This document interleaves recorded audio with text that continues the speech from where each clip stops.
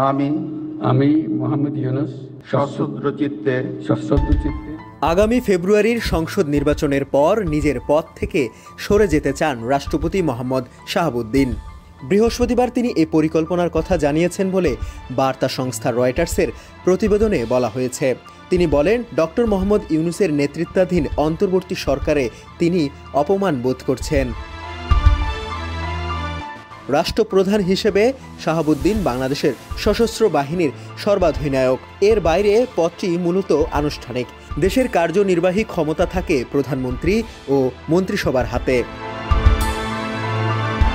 রয়টার্সের প্রতিবেদনে বলা হয়, ২০২৪ সালের জুলাইয়ে আন্দোলনে ক্ষমতাচ্যুত হওয়ার পর প্রধানমন্ত্রী শেখ হাসিনা দিল্লিতে যাওয়ার পর শাহাবুদ্দিনের অবস্থান গুরুত্ব পায়।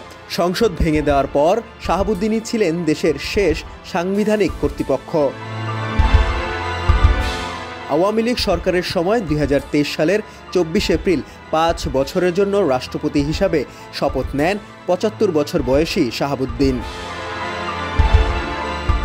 রয়টার্স বলছে, বঙ্গভবন থেকে হোয়াটসঅ্যাপে তাদেরকে এ সাক্ষাৎকার দেন রাষ্ট্রপতি।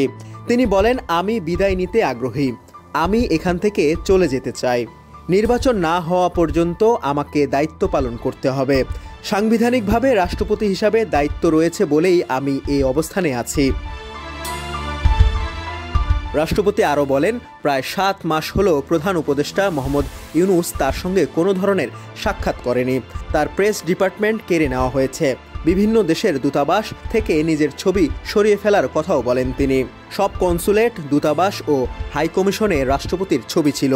এগুলো হঠাৎ করে এক রাতের মধ্যেই সরিয়ে ফেলা হয়। রাষ্ট্রপতি বলেন, এতে মানুষের কাছে ভুল বার্তা যায়। মানুষজন ভাবতে পারে রাষ্ট্রপতিকে হয়তো সরিয়ে দেওয়া হচ্ছে। আমি খুব অপমানিত বোধ করেছি।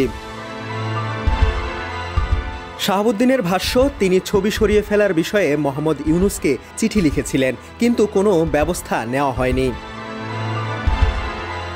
রয়টার্স লিখেছে, রাষ্ট্রপতির এমন মন্তব্যের বিষয়ে তারা ইউনুসের প্রেস অফিসের কাছে বক্তব্য জানতে চেয়েছিল, কিন্তু তাৎক্ষণিকভাবে সাড়া পাওয়া যায়নি। ডেস্ক রিপোর্ট, সমকাল।